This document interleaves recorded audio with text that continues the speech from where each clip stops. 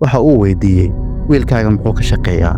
Odaygii ayaa yidhi, markii iigu dambaysay webiga agtiisa ayuu dadka khamiisyada u dhaqi jiray oo sida doobiga ayuu u shaqayn jiray.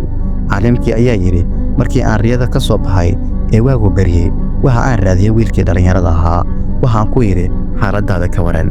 Waxa uu iigu waraaliyey, culays ayaa i haysto oo ilmaha caanahooda ayaan la daalaadhacayaa. Markaas ayuu ku yidhi, suuragal ma tahay waxa aad hadda shaqayso inaad sadaqa ka bixisid?